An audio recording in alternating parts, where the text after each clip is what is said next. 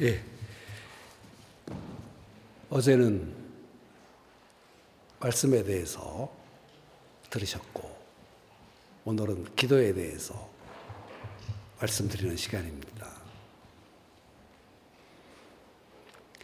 기도에 대한 주제를 말씀드리면서 첫 번째 들은 제 생각은, 참 어려운데 쉽지 않은 것 같았구나 하는 생각이 듭니다. 학교 다닐 때 좋아하고 잘하는 과목이 있지만 잘 못하는 과목도 있어. 이 영적인 과목 중에서 기도는 이상하게 어렵게 느껴지는 과목이에요. 기도를 조금 한다는 것이 아니라 제 평생 한 번도 기도해서 충분히 기도했구나 그렇게 느낀 적이 한 번도 없어. 성경을 읽다가 보면 많이 읽었구나, 즐겁다, 행복하다, 또 읽어야지 그런 생각이 드는데, 기도는 해서 충분히 기도했으니까 이제 됐다 그렇게 느낀 적이 한 번도 없어.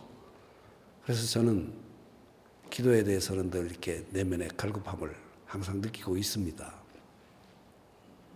그래도 아무리 못하는 과목이라도 그래도 기본적인 점수는 맞아야 되니까 잘 준비했습니다. 그리고 기도라는 것 자체가 이렇게 영적으로 신앙생활을 하면서 하나님께 뭔가 아쉬워서 달라고 하는, 요청하는 내 필요를 구하는 이상의 어떤 요소들이 있어요. 그러니까 기도라는 것을 충분히 이해하면 그것들을 조금 알게 되고, 기도를 알고 이해해 갈수록 우리 영적인 삶이 조금 더 성숙하고 온전해지지 않겠나 그렇게 생각됩니다.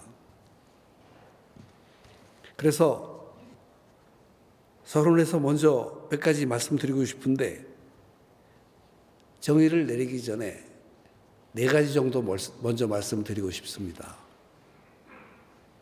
먼저 하나님은 우리에게 말씀하신다는 거예요. 어제 말씀에 대해서 들으셨죠? 하나님은 전능하시며 사랑에 넘치시고 또 우리에게 자기의 뜻과 생각을 말씀하시는 분이세요. 이건 대단히 중요한 이야기죠. 성경을 배울 때 성령께서 그 말씀을 통해서 내게 하나님 자신에 대해서, 하나님의 백성으로서 살아야 될 도리에 대해서 말씀해 주세요. 그것을 잘 듣는 여러분들 되시기를 간절히 바랍니다. 근데 두 번째 말씀드리고 싶은 것은, 하나님은 들으신다는 거예요. 말씀하실 뿐만 아니라 우리가 하나님에게 하는 음성과 소리를, 우리의 생각을 말씀드릴 때 그것을 들으신다는 거예요. 하나님은 일방적으로 자기 생각만 우리들에게 말하시는 분이 아니라, 하나님에 대해서 우리가 하는 반응이나 생각을 말씀드릴 때 귀 기울여서 그것을 들으신다는 거예요. 항상 쌍방간에 인격적인 교류를 원하시는 분이 하나님이세요. 하나님은 위대하고 전능하세요. 하나님에 비하면 우리는 먼지나 티끌 정도밖에는 못 돼요. 그럼에도 우리를 하나의 인격으로 대하시고 우리와 사귀기를 원하시고 그러시기 때문에 우리가 하는 음성을 듣기 원하신다는 것이 하나님이 우리들에게 알려주시는 아주 소중한 진리가 되는 거예요. 사람들은, 뛰어난 사람들, 내가 뛰어나고 내 생각이 많고 깊으면 다른 사람들 이야기는 안 들어요. 자기 말만 하려고 해요.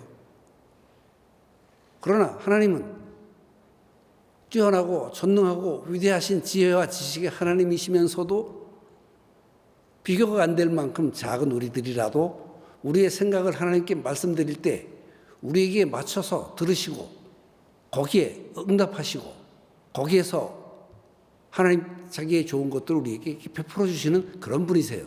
그것을 이해할 필요가 있어요. 세 번째로 말씀드리고 싶은 것은, 하나님은 자기 백성들의 요구에 응답하시는 분이세요. 나의 필요를 말씀드릴 수 있고 내 마음의 고백을 드릴 수 있고 내 필요들을 전능하신 하나님께 말씀드리면 부모가 자녀의 요구에 응답하는 것처럼 우리에게 하나님에게 있는 것들을 주신다고 약속하신 분이세요. 오늘 읽었던 누가복음 11장 8절 9절도 여기 떠 있죠? 이 말씀도 그것을 말하고 있어요. 우리 같이 한번 읽어보세요. 같이 읽습니다. 이따 사실 첫세대지에서 이것을 조금 더 자세히 앞뒤 부분을 다루기는 하겠지만 한번 읽고 지나가는 게 좋겠습니다. 같이 읽습니다. 시작.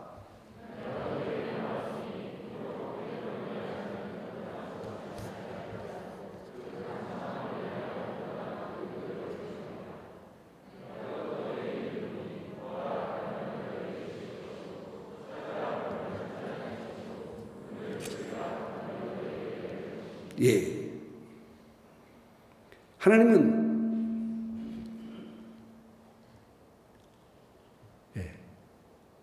젊은 사람 깼죠. 하나님은 믿는 자들이 자기에게 기도할 수 있다고 약속하시고 말씀하신 거예요.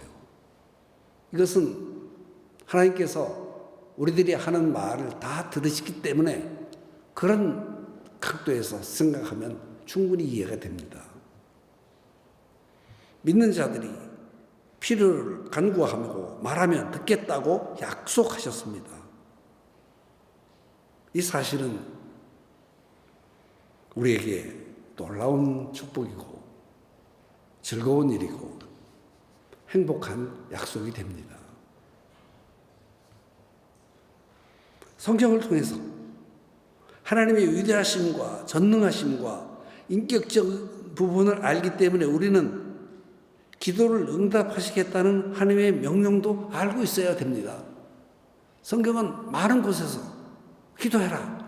그럼 내가 듣고 응답해 주겠다. 그렇게 약속을 하셨습니다. 이런 사실들을 봐드리고 이런 원리를 따라가는 사람들이 자신들의 생애를 위대하게 만드는 거예요. 데살로니가전서 5장 17절에서 쉬지 말고 기도하라 하셨습니다. 골로새서 4장 2절에서도 기도를 계속하고 기도에 감사함으로 깨어있으라 하셨습니다. 베드로전서 4장 7절에서도 만물의 마지막이 가까이 왔으니 그러므로 너희는 정신을 차리고 근신하여 기도하라 그렇게 말씀하셨습니다.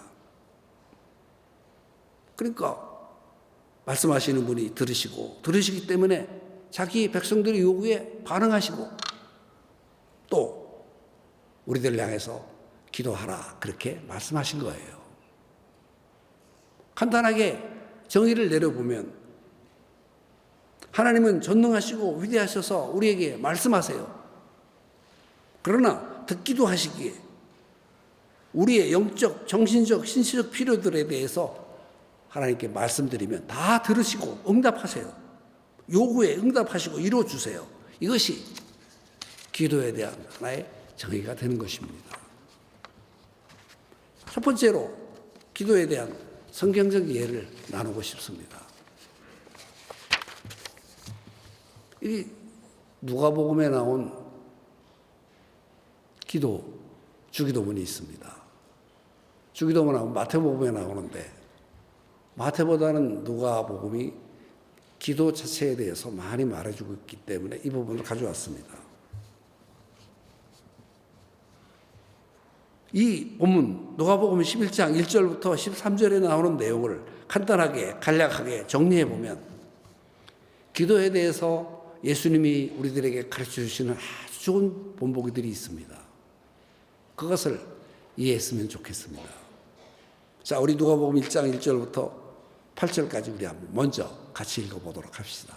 이 내용을 간략하게 다루려고 하니까 읽었으면 좋겠습니다. 읽습니다. 시작. 예수께서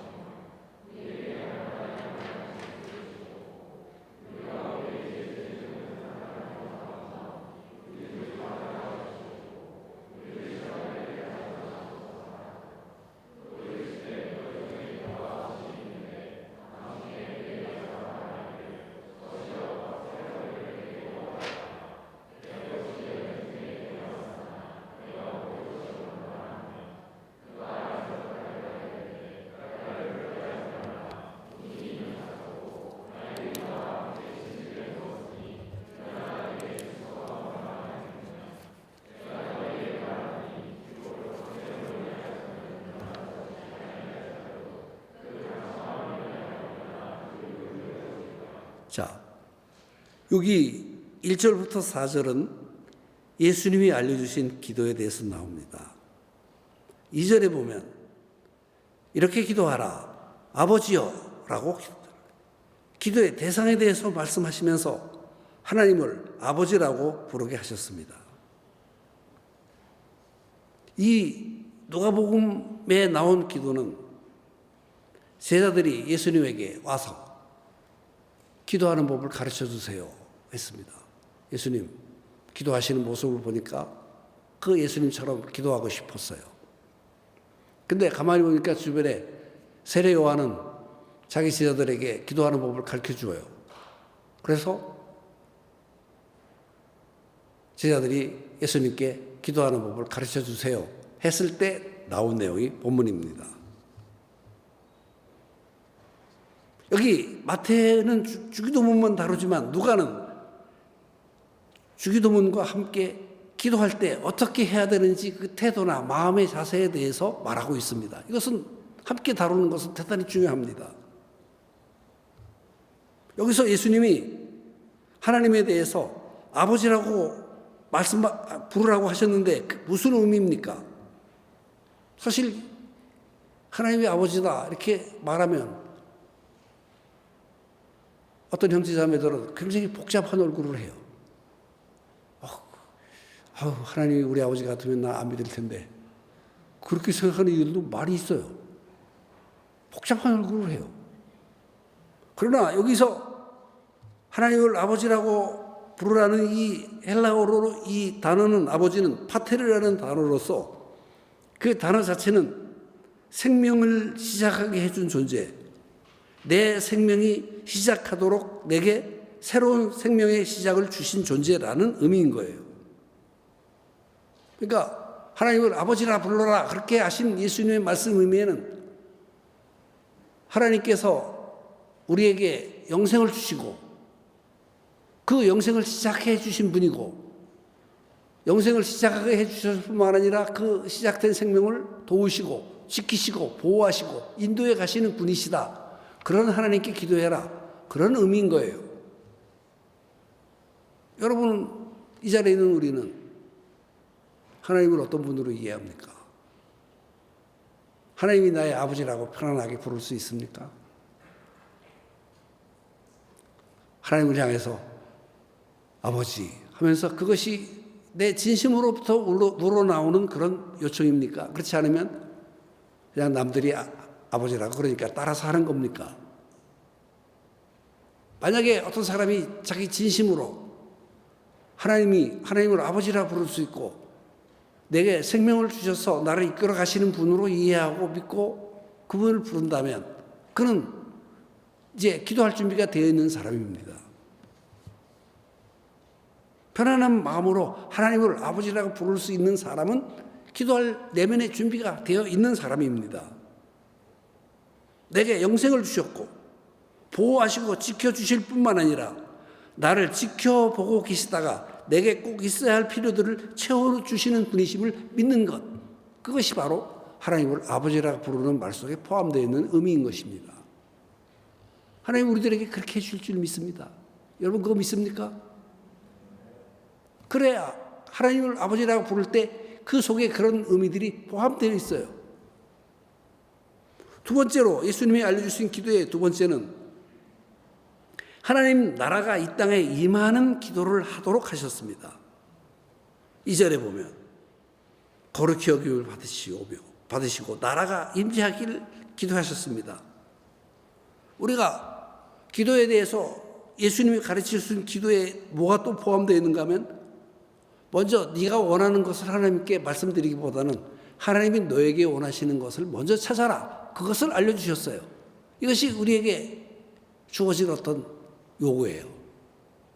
그래야 그렇게 시작해야 우리 기도가 강해지고 깊어지게 되는 거예요. 이것이 예수님이 말씀 주신 교훈이고 가르침입니다. 또 세 번째로 현실적인 필요를 구하라고 하셨어요. 3절과 4절에서 일용할 양식을 주셨소서. 또 용서를 하도록 해 주십시오. 인간관계에서 너와 나의 관계에 있어서 우리라는 관계에 있어서 용서하도록 해 주십시오. 그것을 기도했고 또 시험에 들지 않도록 해달라고 3가지 기도를 하라고 하셨어요. 이것은 뭘 말하는가 하면 우리가 가지고 있는 현실적인 필요예요. 일용할 양식은 여러분 다 아시다시피 우리 물질적 필요가 우리에게 다 있죠. 우리 다 있죠. 그리고 너와 나 사이에 우리 사이에 가장 필요한 것이 뭐겠어요? 용서하는 마음을 가져야 되는 거예요. 그것을 구해라. 그리고 시험에 들지 않도록 이 세상 살 때 너무 어려움 당해서 쓰러지지 않도록 해라. 그런 필요를 구하라고 하셨어요. 이것이 예수님이 기도에 대해서 보여주신 가장 기본적인 틀이에요. 그러고 나서 주기도문을 말씀하시고 나서 바로 무엇을 말씀하시는가 하면 기도의 태도 2가지를 또 계속 말씀하십니다. 5절부터 8절에 보면 밤에 찾아온 친구의 비유를 말씀하십니다. 이것은 기도할 때 어떤 마음을 품고 기도해야 하는지를 교훈하시는 내용입니다. 자, 기도할 때 내 기도가 응답되지 않는 것 같이 느껴질 때 기도를 멈추지 말아라 하는 그런 말씀입니다. 그러면서 예를 들었어요. 한 사람이 밤중에 이런 예입니다. 곤히 자고 있어요. 드드렁거리면서 잤는데 꼭두 새벽이 됐어. 근데 누가 와서 문을 두드려. 누구요? 그랬더니 나 이웃집 사는 김서방인데 내 친구가 왔는데 아무것도 못 먹고 왔대. 집에 먹을 것이 마침 똑 떨어졌지 뭐야. 그러니까 밥 있으면 조금 먹을 수 있도록 주게. 사람이 그 말을 듣고 화가 났습니다. 지금 몇 시인데 와가지고 한밤중에 밥을 내놓으라는 거야. 밥 없어. 가. 못 주겠대. 못 준다. 가. 그러니까 그 사람이 그냥 가버렸으면 괜찮은데 계속 두드리는 거야. 너무 그러지 말고 좀 주게. 한 번만 주면 되잖아. 주게. 대답을 안 했어. 잠든 척 했어. 그랬더니 그 친구가 계속 두드리는 거야. 만약에 집주인이 거절하면서 밥 없어 가. 다 먹고 없어. 니네 집에 없는 밥 우리 여기는 있겠냐? 가. 그랬을 때 집에 돌아가가지고 밥 없대. 안 준대. 못 주겠대. 그런 마음을 품어서는 안 된다 하는 말씀이에요. 무슨 얘기겠어요? 계속 두드리면서 밥을 달라고, 조금만 달라고, 계속 달라고 하고 계속 두드리면 집 안에 있는 사람 어떻게 생각하겠어요? 계속 두드리면 빨리 주고 보내자. 그런 마음을 갖게 되는 거예요. 그 아주 누구나 겪을 수 있는 아주 쉬운 이야기를 통해서 예수님은 기도할 때 이런 마음을 품고 기도해야만 된다는 사실을 말씀하시는 거예요. 기도하는 사람이 마음속에 가장 깊이 간절해야 할 것이 그런 마음이라는 거예요. 느슨한 마음이 아니라 절박한 마음으로 간절히 요청해야만 된다는 거예요.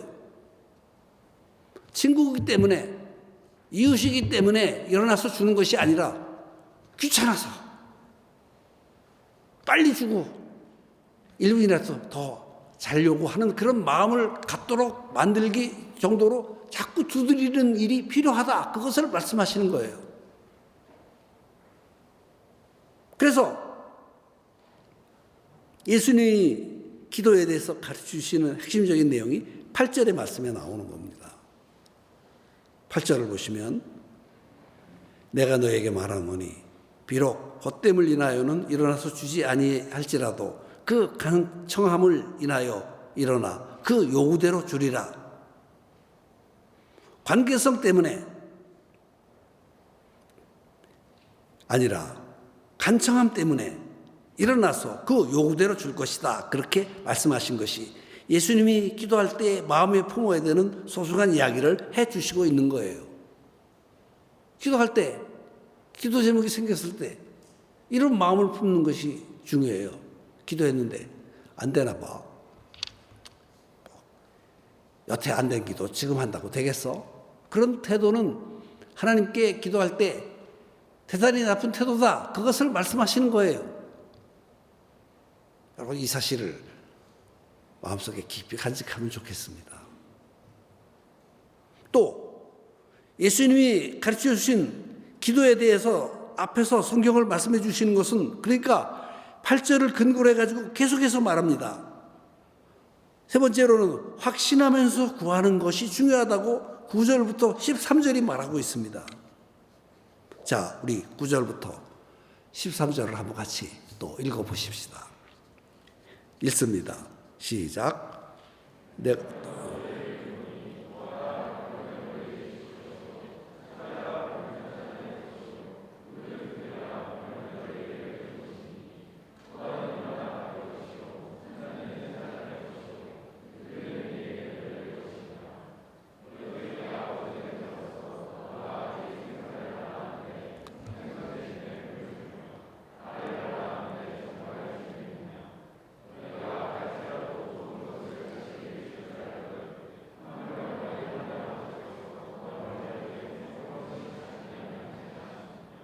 여기서 예수님은 기도할 때 세 가지 준비된 확신이 있어야만 된다. 그렇게 말씀하세요. 첫째로 구하면 주신다는 확신을 가지시길 바랍니다. 여러분 믿습니까?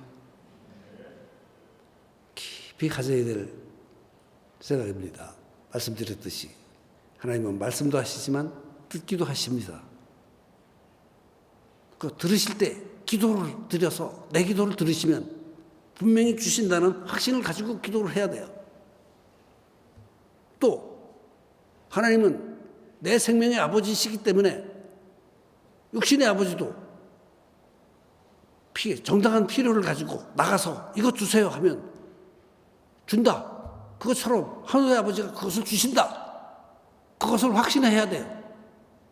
세 번째 확신은 뭔가 하면 우리가 구하거나 하나님께 나가서 기도할 때 누가 도와주신다는 거예요? 성령이 도와주신다는 거예요. 성령을 주시지 않겠느냐 하셨습니다. 그러니까 우리가 기도를 시작하면 처음에는 작게 시작했다가 꾸준히 기도 막 하다 보면 나중에 눈물도 나고 감격도 생기고 뭔가 뜨거운 것이 솟아올라서 조금 더 간절히 기도하는 그런 마음들이 생겨요. 누가 그걸 하세요? 성령이 그것을 해주신다는 것이죠. 그것을 이해할 필요가 있어요. 그 세 가지 확신을 가지고 기도해라. 이것이 예수님의 기도에 대해서 알려주신 아주 소중한 원리가 되는 것입니다. 성경에 나오는 이야기, 이것을 잠깐 말씀드렸습니다. 그리고 뒤에 몇 가지 좀 정리해서 구체적으로 말씀드리고 싶습니다. 두 번째로, 앞에서는 예수님이 알려주신 기도에 대해서 말씀드렸는데 두 번째로는 왜 기도해야 되는지 그 이유에 대해서도 몇 가지 나누고 싶습니다. 본문에서 기도하는 이유에 대해서 본문을 통해서 몇 가지 말씀을 드리려고 합니다. 여러분, 기도 왜 합니까? 첫 번째로는 내 필요에 응답하시기 때문에 하는 거예요. 그것을 이해할 필요가 있어요. 하나님이 내가 하는 기도를 들으시고 응답하시기 때문에 기도하는 거예요. 여러분, 굉장히 중요한 얘기 아닙니까? 그러니까 내가 필요가 있다 할지라도 하나님이 앞에 기도하지 않으면 하나님이 내 기도를 응답하시지 않을 수도 있어요. 그것을 이해를 해야 돼요. 사실은 기도에 대해서 제가 대단히 복잡하게 생각했던 어떤 경험이 어디서부터인가 하면 제 친구가 저 강남 어디 괜찮은 동네에서 전도사를 하던 때가 있었어. 근데 이제 주일학교 학생들에게 여러분 하나님 우리 기도 들으시고 응답해 주세요. 자전거가 필요하면요 하나님 자전거 주세요. 그렇게 하면 하나님이 자전거 주세요. 그랬더니 어떤 하나가 눈을 동그랗게 뜨더니 전도사님, 엄마한테 사달라고 그러면 안 돼요? 말을 잊어버렸어. 뭐라고 대답해야 할지 모르겠대요. 그런 것이죠. 그래서 사실은 내가 필요할 때 하나님께 기도해야 되는데 그 필요를 부모나 주위에 있는 사람들이 더 잘 도와줄 수가 있는 것들도 있다고. 그러나 조금 더 그래서 기도가 이거 어떻게 기도해야 되나 그런 생각이 들었는데 그래도 인생을 살다가 보면 주위에 있는 사람은 누구도 도와줄 수 없는 그런 문제들이 내 앞에 이렇게 부딪혀 닥칠 수가 있어요. 그럴 때 기도하는 것이 대단히 중요하고 그 부분을 하나님이 도와주실 때 우리는 하나님의 능력으로 우리의 삶이 풍성함과 능력을 맛볼 수가 있게 되는 거예요. 그것을 이해를 해야 돼요. 그러니까 혹시 내가 이것을 누구한테 달라고 하면 그 사람이 충분히 줄 수도 있고 그럴 능력이 있는 사람이 있다 할지라도 그것을 사람에게 구하지 않고 하나님께 구해서 하나님이 직접 주시는 것을 받기 원하는 마음이 있으면 그때 또 기도하면 되는 거예요. 여러분 이해가 되시죠? 그리고 복잡하게 생각할 것 없이 사람이 주는 것도 받을 수 있지만 하나님이 주시는 것을 받겠다는 간절한 마음을 가지고 하나님께 기도할 때 하나님이 그것을 내게 베풀어 주신다는 것을 이해할 필요가 있어요. 사람이 줄 수 없는 것도 주실 수 있고 사람이 줄 수 있는 것도 하나님께 기도하면 그것도 하나님이 직접 주실 수가 있는 분이시다. 그래서 하나님께 기도한다. 그러면 하나님이 나를 도와주시고 내게 모든 필요를 채워주신다는 것을 믿고 믿음의 걸음으로 옮기고 구하면 하나님이 내게 그것을 주신다 하는 것을 알아야 돼요. 그것이 바로 기도하는 첫 번째 이유가 되는 거예요. 제 간증을 한번 해볼게요. 젊은 시절에 아쉬운 게 많았어요. 저는 특별히 아쉽고 어려운 게 많았어요. 근데 그래서 어디 하나님이 나의 필요를 채워주시지 않나 그래서 성경을 막 샅샅이 뒤지고 찾고 묵상하고 그렇게 했어요. 뭐 아무것도 없으니까 또 이게 말주변이나 좋아서 누구한테 가서 이 얘기 저 얘기하고 살랑거리고 또 아쉬운 부탁도 하는데 그런 말재주도 없어. 그러니까 어떻게 하나 생각하다가 성경 보니까 기도의 길이 있어서 열심히 기도하고 또 하나님이 뭐 주신다 하셨나 그거 성경에서 많이 찾았어요. 그러다가 어느 날 시편 16편 5, 6절 말씀을 봤어. 여러분 한번 같이 보세요. 시편 16편 5, 6절 보시면서 한번 읽어보십시다. 같이 읽겠습니다. 시작.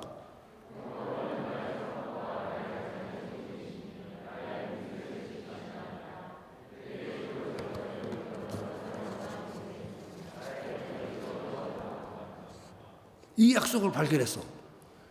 이때도 눈이 번쩍 떠지더라고. 너무너무 좋았어요. 그래서 이 구절을 읽으면서 주위에 있는 분들한테 이야기했죠. 역시 이런 산업, 소득, 분깃을 지키시고 아름다운 구역에 있는 좋은 것을 나에게 이렇게 잘라주신다. 하나님 주신 것은 너무나 내게 풍성하게 될 것이다. 그냥 아무것도 없으면서 이 구절 하나만 보고 그 이야기를 막 했어요. 그랬더니 옆에 있던 누가 그러더라고. 목사님, 그거 굉장히 좋은데 나도 가지면 안 돼요? 절대로 안 된다고 하면 안 되겠죠? 그래서 괜찮다고 하시라고. 그야 시편 16편 5, 6절 가진 사람이 나하고 너가 두 사람이 됐어. 이 내용이 참 좋습니다. 하나님이 나의 산업이 되시고 나의 소득을 주시고 내게 주신 복들을 항상 지켜주시고 특별한 줄로 재어서 이거 네 거다 지적해서 딱 주시고 그 내 기업이 풍성하고 아름답고 너무너무 좋다. 이거 시간만 나면 들여다보고 암송하고 기도할 때마다 막 줄줄이 그냥 하나님 겁주듯이 소리 지르면서 기도하고 그랬어요. 그래서 지금 보면 제가 나이 꽤 들었지 않습니까? 지금 보면 거진 다 됐어요. 하나님이 내게 딱 재어주신 것이 있어. 보면 나는 이거 가지고 있는데 다른 사람들 보면 없어. 나만 가지고 있어. 그래서 시편 16편 볼 때마다 내게 줄로 재어준 구역은 아름다운 곳에 있으며 나의 기업이 실로 아름답도다. 이 말씀이 내게 이루어졌구나 하는 것을 느낄 때가 많이 있어. 너무너무 행복해. 지금도 보면. 지금도 아침 저녁으로 이 구절 놓고 우리 형제자매들을 위해서도 그래. 누구에게도 이 줄로 재어서 좀 주시고 누구에게도 줄로 재어 주시고 막 지금도 그래. 나한테 주셨으니까 쟤한테 주시지 못할 이유가 없으니까 그냥 내가 받은 것 저 사람들한테 주세요. 여기 있는 사람들이 위해서 매일 아침 기도해. 저녁으로도 기도해요. 그게 제게 줄로 재어준 거라고 생각하고 그것을 우리 형제자매들도 다 누리기를 기대하는 마음으로 하고 있어. 근데 아까 이야기했던 그 형제 이 약속 받았을까요? 못 받았을까요? 그 형제는 이 약속을 못 받았어요. 사실은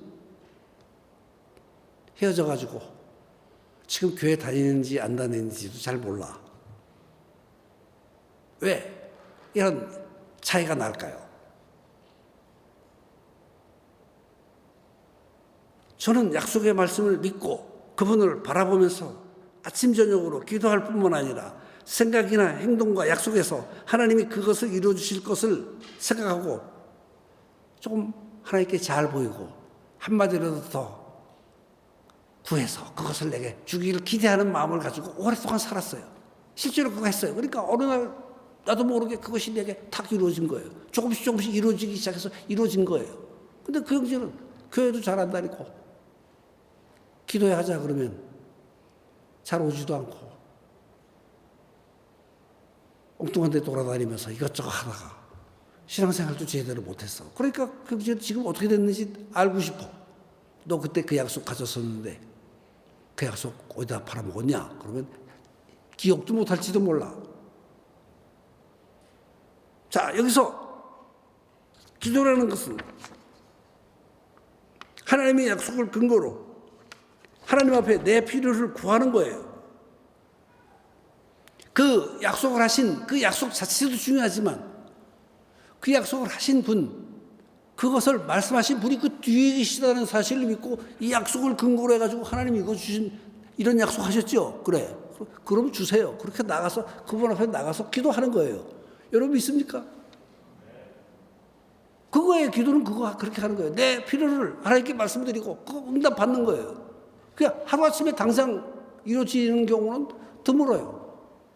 시간이 지나면서 그것이 이루어지고 천천히 내 생각 그 약속하신 대로 이루어져가고 복되게 그런 복을 누리게 되는 거예요.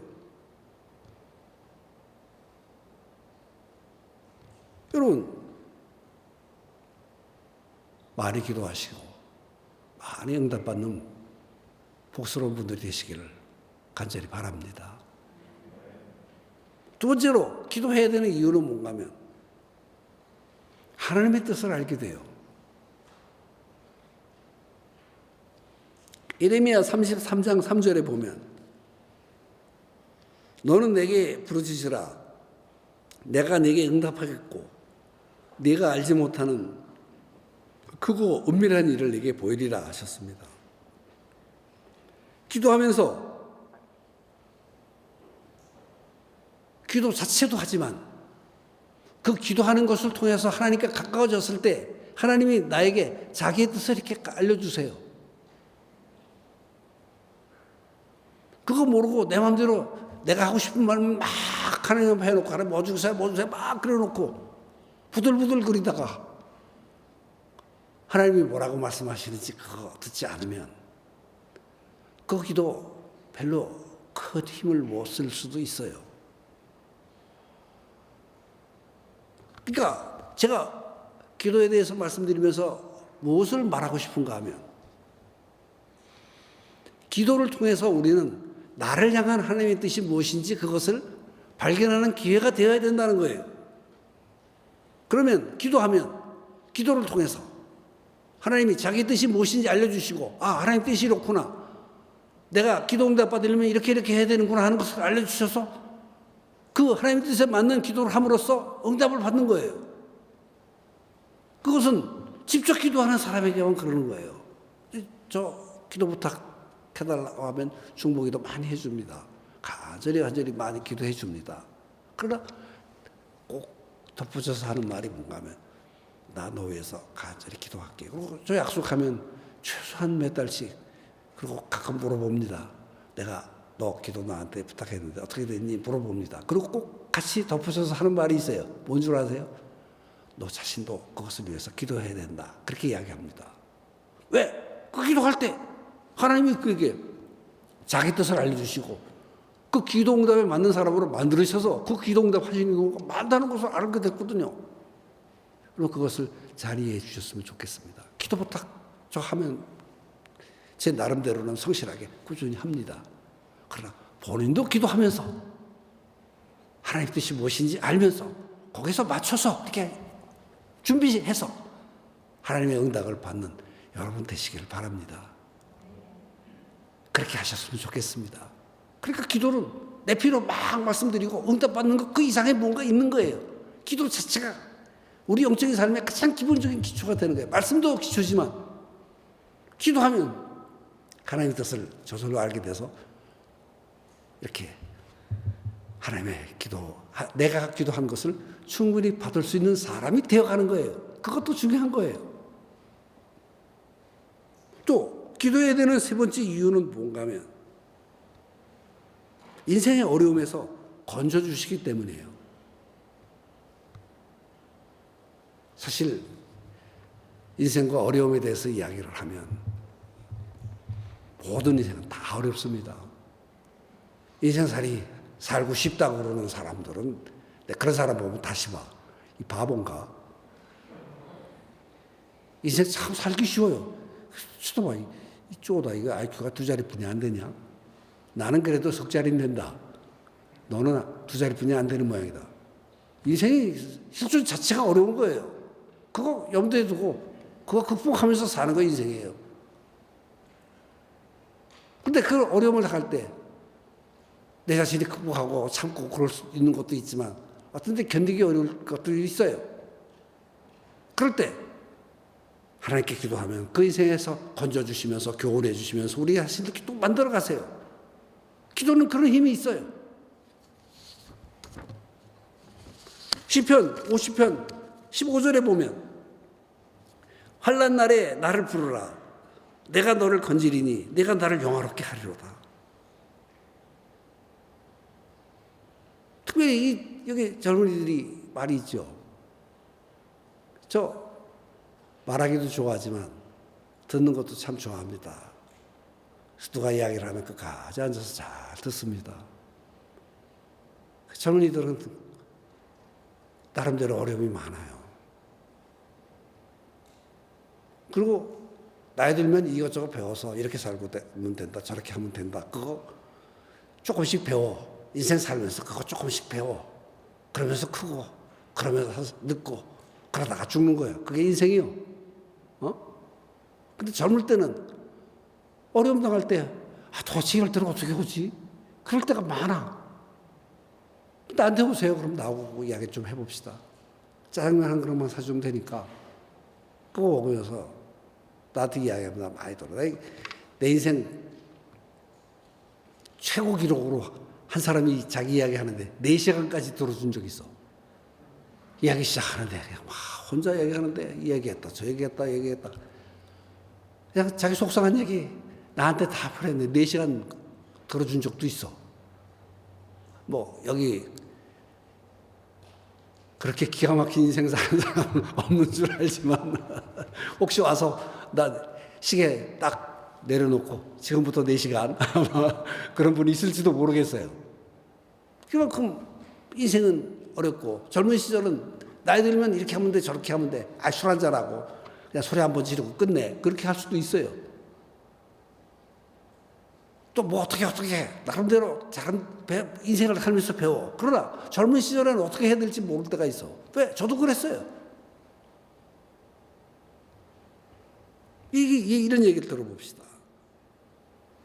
우리나라 가정의 이혼율이 50%가 된다고 합니다.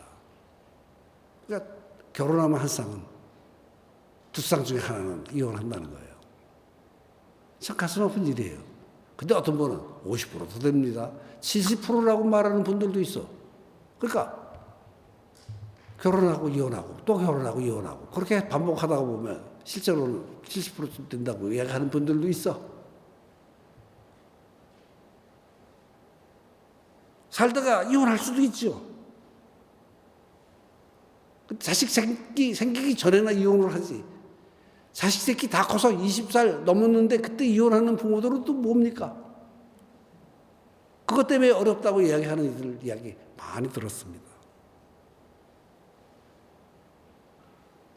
겉으로는 편하게 드러내지 못하지만 그런 것들이 자녀들의 마음에 얼마나 깊은 상처를 주는지 그 부모는 생각하지 못해요. 그래서 몇 살이 와서 목사님 나 이혼한다고 그래요. 그냥 똑바로 듣고 째려보면서 그랬어. 누구 시집 갈 때까지 우리 보이면 아니에요. 누구 시집 갈 때까지는 절대로 이혼하면 안 된다고. 절대로 안 된다고. 절대로 안 된다고 그랬더니 가만히 쳐다보더니 가만히 있더라고요. 딸만 낳았다고 남편이 갈세하는 거 아닌데 괜히 자기 질려가지고 그래 막내딸 시집 갈 때까지는 이혼 안 된다고. 아주 이제 강력하게 이야기를 했어요. 절대로 안 된다고. 절대로 안 된다고 그랬더니 그래서 얼마 전에 들었는데 아직도 이혼 안 했대. 그 남편이 지금 여기서 그 사람 실명 이야기하면 3분의 2는 알 겁니다. 그런 남자입니다. 근데 이혼하겠다 그래. 이혼 안 해. 그래도 아직 안 했대. 그래서 나중에 내가 너무 강하게 이야기해가지고 뭐라고 얘기했는가. 누구 결혼할 때 그쪽 부모가 얘를 보면서 이혼한 부모 자식이다. 제대로 꼬면 우리 자식들도 이혼할지 모른다. 그런 얘기 듣고 싶으냐고. 그렇지. 그랬더니 깜짝 놀라더니 그때부터 마음을. 사이는 나빠도 이혼은 안 했대. 그거라고. 자식이 얼마나 어려운지 그거는 모른다고. 왜 그런가 하면 우리 부모님들이 그랬어요. 난 그래서 그 심정 알아. 우리 부모님들 사이가 좋지 않았는데 제가 20몇 살 때 군대 갔다 오니까 이혼하더라고. 뭐 인생을 알아야지. 그냥 내 인생 살기 바쁜데 부모 이혼하고 자기들끼리 복잡한 사정 내가 어떻게 알겠어. 근데 사실은 보면 우리 어머니 또 집안 좀 어려운 내력이긴 하지만 우리 아버지가 사귄 여자들 내가 아는 얼굴만 3명이야.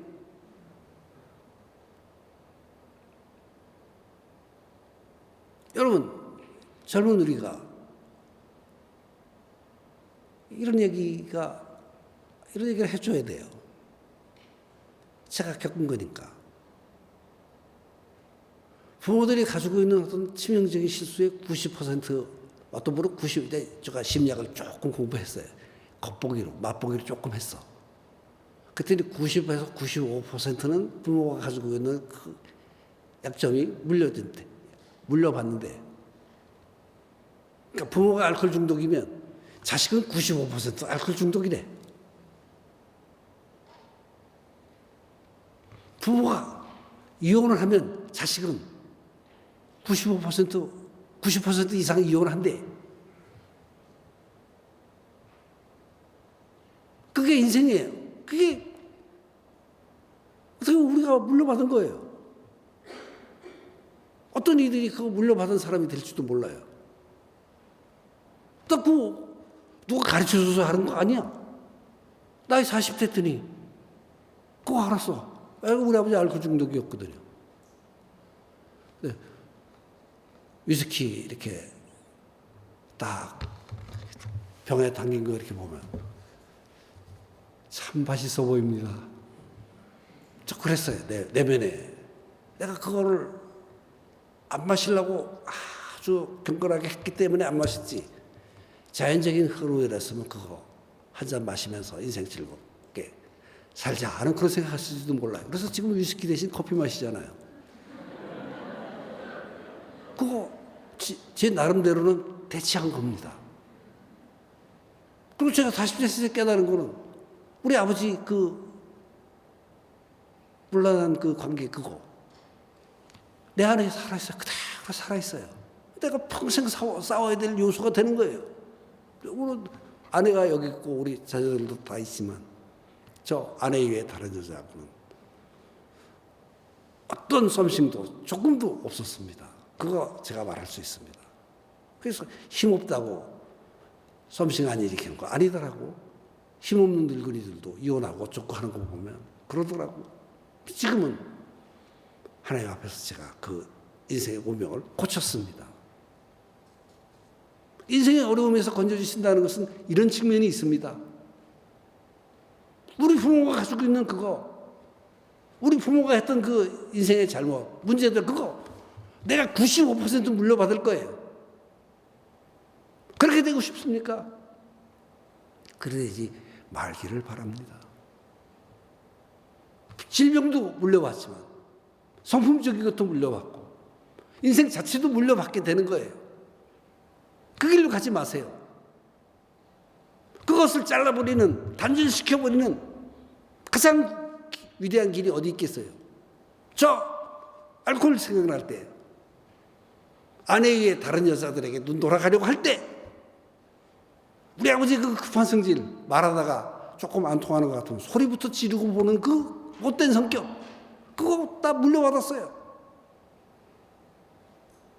그래서 그거 이기려고 엎드려서 많이 기도했어요. 지금은 종종 그럽니다. 화내고 싶어도 힘없어서 못해. 힘없다고 성질 못 내겠습니까? 예수 믿고 성령의 인도하심을 따르고 말씀 묵상하고 성경 읽고 하나님 뜻대로 살려고 했기 때문에 고친 줄 믿습니다. 여러분도 그렇게 해야 됩니다. 부모가 이혼한 거 보고 아프만 하지 마십시오. 부모가 알코올 중독이니까 나도 알코올 중독되는 가능성이 있지만 그 길로 가지 마십시오. 부모가 가지고 있는 그 성격들 물려받지 마십시오. 그래서 나는 그런 약점들이 내 안에 있는 걸 알았기 때문에 많이 기도했어요. 많이 기도했어요. 간절히 기도했어요. 아침 저녁으로 기도했어요. 그리고 하나님의 복스러운 은혜로 그것을 극복할 수 있었습니다. 제 인생의 어려움과 환난을 극복할 수 있었습니다. 성령의 복스러움이 우리가 하나님께 드리는 우리의 간절함이 우리의 문제들을 다 극복하고 풍성하고 능력 있고 행복한 생애가 되시기를 주님의 이름으로 축원합니다. 자, 또 하나 기도해야 되는 이유 네 번째 하나만 더 말씀드리겠습니다. 기도할 때 환난을 이길 뿐만 아니라 열심히 기도하면 복음 전할 기회도 주십니다. 골로새서 4장 3절에서 또한 우리를 위하여 기도하되 하나님이 전도한 문을 우리에게 열어두사 그리스도의 비밀을 말하게 하시기를 구하라. 내가 이 일 때문에 매임을 당하였노라 하셨습니다. 열심히 기도하면 복음 전할 기회를 얻습니다. 기도로 받은 복스러움이 주변에 복음이 필요한 사람들을 볼 수 있게 하고 기도로 받은 은혜가 그 사람의 그 필요를 채울 수 있도록 도와줄 수 있게 합니다. 그래 되기를 바랍니다. 자, 기도에 대해서 누가복음의 예를 말씀드렸습니다. 왜 기도해야 되는지에 대해서 말씀드렸습니다.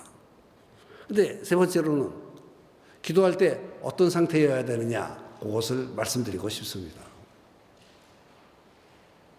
간단하게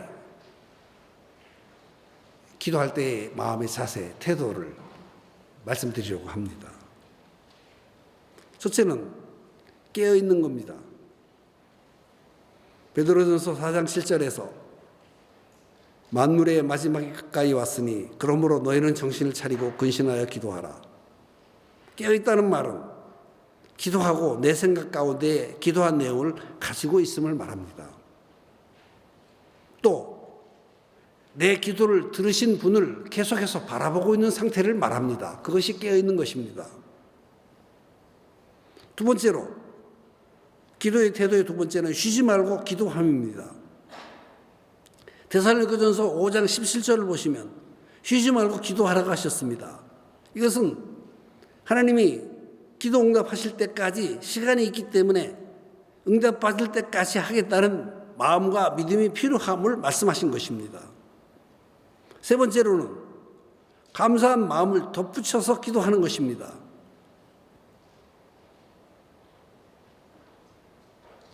골로새서 4장 2절에 기도하기를 계속하고 기도에 감사함으로 깨어 있으라 하셨습니다. 하나님의 구원을 감사하면서 이전에 응답해 주신 것을 기억하고 감사하면서 기도하라는 말씀입니다. 또 기도할 때의 태도는 내 기도만 하지 말고 다른 사람을 위한 기도도 함께 드릴 때 내 기도가 더 분명하고 뚜렷하고 확실해지고 응답받기가 좋게 됩니다. 디모데전서 2장 1절과 2절의 말씀을 보면 그러므로 내가 첫째로 권하노니 모든 사람을 위하여 간구와 기도와 도구와 감사를 하되 임금들과 높은 지위에 있는 모든 사람을 위하여서 하라. 이는 우리가 모든 경건과 단정함으로 고요하고 평안한 생활을 하려 함이라 했습니다. 내 기도도 하지만 다른 사람들을 위해서도 기도하라 말씀하셨습니다. 너와 내가 함께 어울려서 기도하라 그렇게 말씀하셨습니다. 기도의 태도, 성경 읽을 때 늘 나오는 내용이니까 간단하게 다뤘습니다. 그리고 네 번째로 기도의 장애물이 있습니다. 이것도 간단하게 정리하고 지나고 싶습니다. 무엇보다도 기도의 장애물은 죄 짓는 생활입니다. 내가 나의 마음에 죄악을 품었더라면 주께서 듣지 아니하시리이다. 죄가 생각나는 분이 있으면 예수님의 용서를 구하고 그 용서가 항상 내 위에 있음을 기억하고 기도하십시오. 또 기도의 장애물의 두 번째는 의심함입니다. 야고보서 1장 6절과 7절의 말씀을 보면 오직 믿음으로 구하고 조금도 의심하지 말라. 의심하는 자는 마치 바람에 밀려 요동하는 바닷물결 같으니 이런 사람은 무엇이든지 주께 얻기를 생각하지 마라 하셨습니다. 또 기도의 장애물의 세 번째는 진리를 소홀히 여기는 경우입니다. 요한복음 15장 7절에 너희가 내 안에 거하고 내 말이 너희 안에 거하면 무엇이든지 원하는 대로 구하라. 그리하면 이루리라. 성경을 멀리하면 기도 응답 받기가 어렵다. 그런 말씀입니다. 자, 이제 다섯 번째로 기도 응답 받기 위해서 필요한 세 가지를 말씀드리고 오늘 정리하고 싶습니다. 기도 응답 받기 위해서는 첫째로 예수님의 이름으로 기도해야 됩니다.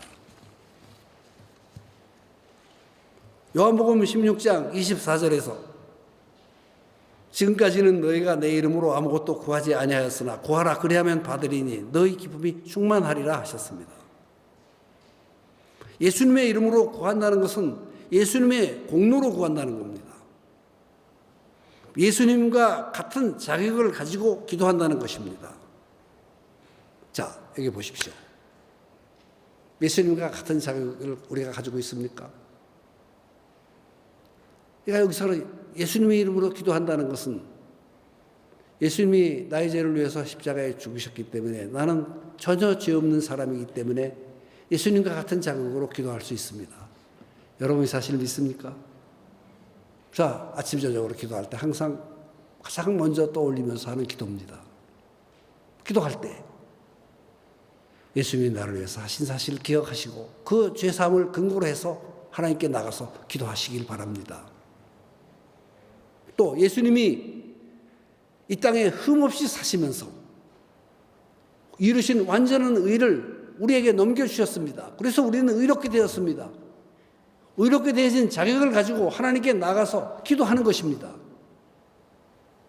이것이 바로 예수님의 이름으로 기도한다는 의미인 것입니다. 하나님께서 죄 없으시고 완전하신 예수 그리스도의 이름으로 예수님이 기도하실 때 그의 기도를 다 들어주셨던 것처럼 우리가 예수님의 이름으로 죄사함 받고 우리가 예수님의 의를 가슴에 품고 살기 때문에 의롭게 되었기 때문에 그 자격을 가지고 하나님 앞에 나가는 것이 바로 예수님의 이름으로 기도하는 것입니다. 그럴 때 하나님께 기도하면 응답해 주신다는 것입니다. 우리는 종종 그렇게 생각합니다. 내가 이것을 안 했고 저것을 했기 때문에 착한 사람이 되었다. 이것을 했고 또 저것을 피했기 때문에 하나님께서 나를 기뻐하실 것이다. 그렇기 때문에 내가 기도하면 하나님께서 들어주실 것이다. 그렇게 생각합니다. 그것도 하나님 앞에서 작은 의가 될 수도 있습니다. 그러나 예수 그리스도로 말미암아 죄사함 받은 것, 그것을 근거로 해서 하나님 앞에 나가는 것은 예수님과 같은 자격을 가지고 나가는 것입니다. 예수님 때문에 의롭게 되었습니다. 그러면 그 예수님의 의로우심을 내가 가졌기 때문에 하나님 앞에서 의롭게 되어진, 증이 되어진 그 상태를 가지고 하나님 앞에 나가는 것, 그것이 나의 어떤 공로나 어떤 것보다도 더 하나님 앞에 아름답고 소중한 것입니다. 죄사함 받았고 의롭게 되었기 때문에 예수 그리스도의 이름을 가지고 하나님 앞에 나가면 하나님이 우리의 기도를 응답하신다는 것, 그것이 바로 예수님의 이름으로 기도한다는 의미가 되는 것입니다. 예수님의 이름으로 하나님 앞에 나가서 기도하는 여러분들 되시기를 바랍니다. 두 번째로 믿음을 가지고 나가야 됩니다. 기도할 때 항상 따라오는 것, 믿음입니다. 마태복음 17장 20절에 보면 거기 한번 읽어보십시다. 요한복음 16장 있어서 읽어야 되는데 안 읽고 지나가는데 다 아시겠지 뭐. 자, 마태복음 17장 20절 읽어봅시다. 시작.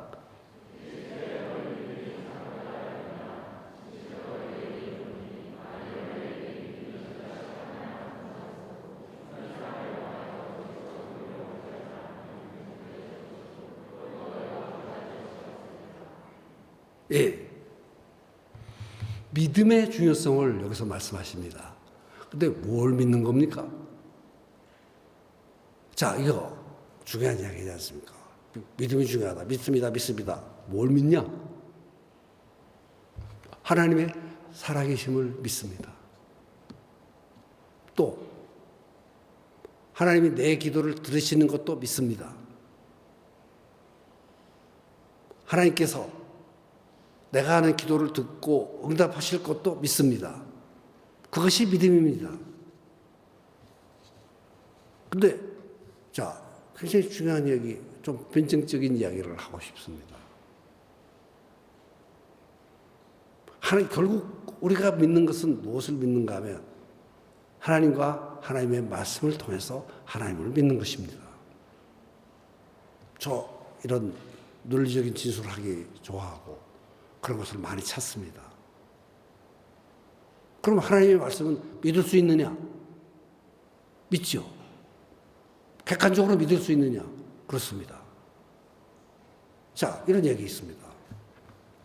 아리스토텔레스가 어떤 책을 지었습니다. 그러면 지금은 인쇄술이 발달해서 제레렉 돌리면 몇 천권 몇만 권 일주일 만에 나와. 그런데 옛날에는 기계가 없었어. 그러니까 모든 기록들은 원본이 있고 원본을 가서 필사하는 수밖에 없었어. 누가 불러 그럼 받아쓰고 또 불러 받아쓰고. 그래서 겨우 책 한 권이 나왔어. 그래서 지금 옛날에 있는 서적들의 권위라든지 중요성이라든지 필요성을 그때 당시 사람들이 어떻게 누렸느냐 하는 것은 그 사본들이 얼마나 많으냐, 많이 발견되느냐로 결정이 되는 거야. 그거 이해하시죠? 그러면 아리스토텔레스가 쓴 책들은 사본들이 발견돼, 지금도 종종. 근데 몇 개 안 돼. 다 그 사본들 이렇게 쌓아놓으면 1m 20 정도뿐이 안 돼. 그 정도 된 거야. 쌓아놓으면. 아래서 몇 장 안 돼.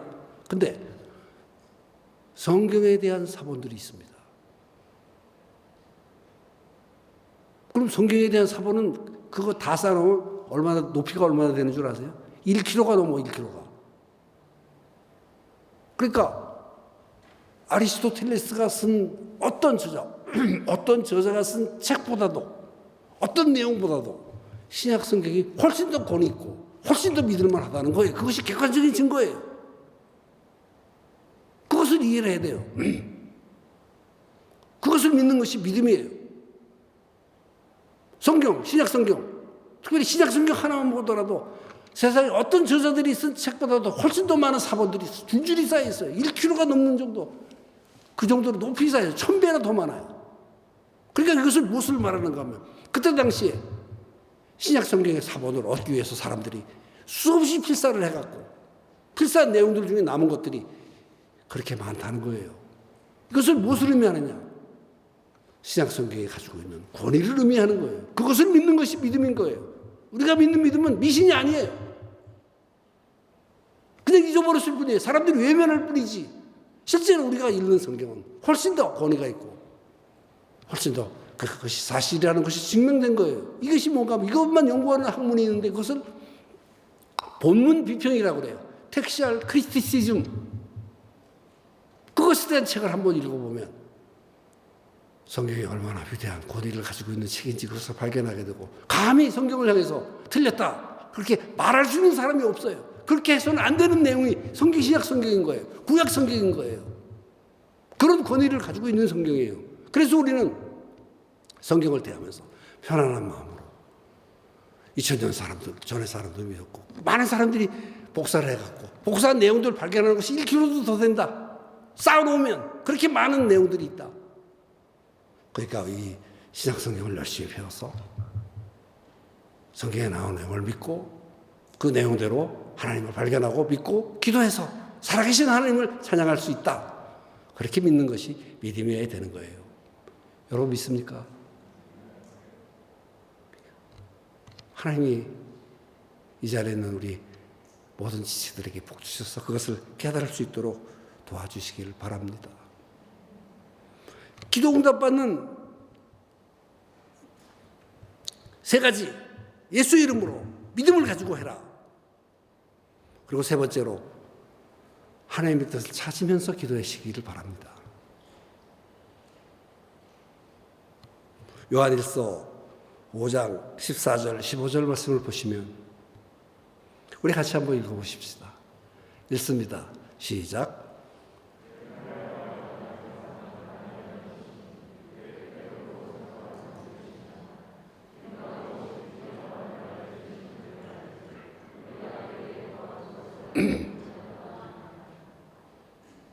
기도할 때 내가 기도하려는 이 사실에 대해서 어떻게 한다고? 하나님이 어떻게 여기시는지 그것을 찾으면서 하나님의 뜻에 맞춰서 기도하려고 해라. 그런 거죠. 누구하고 결혼하게 해주세요. 어떤 사업 잘 되게 해주세요. 그거 맞는 기도입니다. 그러면 제가 이 사업을 해서 성공하는 것이 하나님의 뜻입니까? 제가 열심히 노력할 때 하나님께서 이것을 축복하셔서 잘 되도록 하신 것이 하나님의 뜻입니까? 내가 이런 기도하는 것이 하나님의 마음에 맞습니까? 저는 이렇게 생각하는데 하나님은 어떠신지요? 저는 이렇게 되기 원합니다. 하나님이 어떻게 여기시는지요? 그렇게 기도하라는 거예요. 하나님 뜻에 내 기도를 내 마음대로 막 혼자 일방적으로 막 하지 말고 살아계시고 인격적이신 나와 교제해 주시는 분 앞에 내 기도를 말씀드리면서 이것이 옳은지 어떤지 그분의 뜻과 인도하심을 구하면서 찾고 기도하는 그런 기도가 되라 하는 것입니다. 그럴 때 그 기도가 응답되고 하나님은 인격이시기 때문에 성실하게 그를 인도해 주셔서 형통하고 열매 맺는 삶으로 살아가도록 되어질 줄로 믿습니다.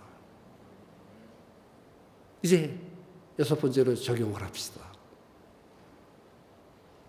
기도에 대해서 새롭게 배운 것은 무엇입니까? 2020년의 삶에 새롭게 배운 것을 구체적으로 실천할 계획이 있습니까? 그 계획을 한번 세워보십시오. 한 5분 정도 준비하시고 두 분씩 짝져서 쉐어링하면 좋겠습니다.